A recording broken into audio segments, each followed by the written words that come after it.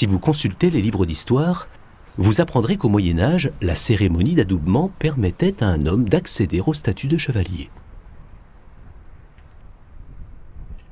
Vendredi 26 octobre 2012, c'est aux écoles de Saumur que 51 lieutenants vont être à leur tour adoubés. Pour eux, c'est une étape importante qui signifie leur entrée au sein des officiers de cavalerie. Et donc nous avons cette cérémonie qui vraiment est un marquant très important dans le cadre de leur scolarité d'1 an.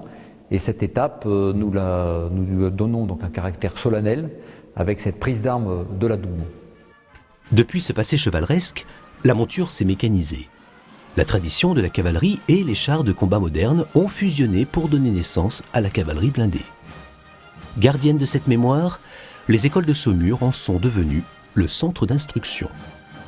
J'ai choisi l'arme blindée cavalerie parce que je voulais servir la France dans une arme qui est tactiquement très rapide. Les subordonnés sont très autonomes, les secteurs de travail sont très importants, les fuseaux sont très larges et donc c'est tactiquement très intéressant.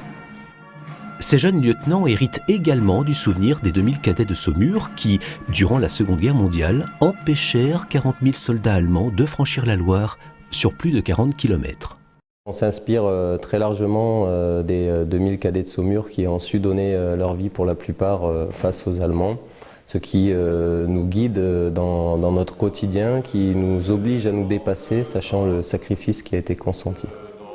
Mais ce que les livres ne racontent pas encore, c'est l'histoire de ces officiers de cavalerie, appelés à commander une trentaine d'hommes, dans la tourelle d'un char comme au sein d'une équipe de forces spéciales, dans une patrouille d'investigation comme de recherche humaine, en métropole comme en opération.